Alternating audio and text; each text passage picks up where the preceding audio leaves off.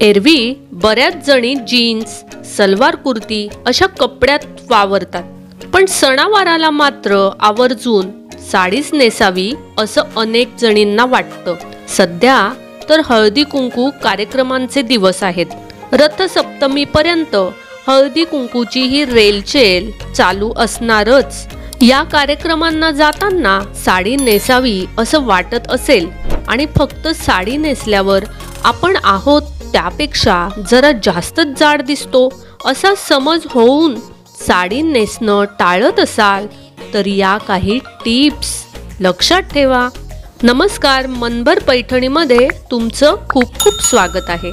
या पद्धतीनुसार जर साडी निवडली तर तुम्ही नक्कीच आहात त्यापेक्षा अधिक स्लिम आणि उंच दिसाल. साडी नेसल्यावर आपण उंच आणि बारीक दिसावं यासाठी नेमकी कशा पद्धतीने साडीची निवड करावी?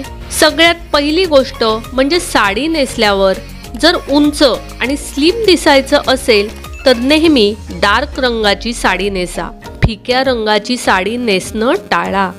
तसेच उंच दिसण्यासाठी नेहमी मोनोटोनस रंगातली म्हणजे एकच रंग असणारी साडी नेसा. ज्या साडीवर खूप रंगाची सरमिसळ आहे अशी रंगबिरंगी साडी नेसणं टाळा. तसेच ज्या महिला जाड आहेत त्यांनी जाड फॅब्रिकच्या साड्या नेसणं टाळावं. त्यांनी शिफॉन, जॉर्जेट अशा पातळ कपड्यातल्या साड्या नेसाव्या. साडी नेसल्यावर कधीही फ्लॅट चपला घालू नका. साडी आणि हाय हिल्स असं कॉम्बिनेशन ठेवलं तर तुम्ही नक्कीच आहात त्यापेक्षा जास्त स्लिम आणि उंच दिसाल. ज्या मुली किंवा महिला जाड आहेत त्यांनी कॉटन पेटीकोट घालणं टाळावं. शेपवेअर घालूनच साडी नेसावी. जेवढा बारीक प्लेट असणारा आणि लांब पदर घ्याल तेवढ्या अधिक उंच वाटाल. जाड आणि बुटक्या असणाऱ्या महिलांनी किंवा मुलींनी मोठ्या बॉर्डरची साडी नेसणं टाळावं.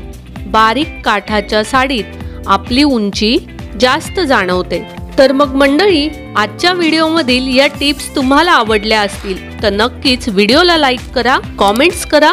जास्तीत जास्त हा व्हिडिओ तुमच्या इतर मित्रमैत्रिणींपर्यंत पोहोचवा, शेअर करा आणि हो, मनभर पैठणी या यूट्यूब चॅनेलला सबस्क्राईब करायला अजिबात विसरू नका. धन्यवाद.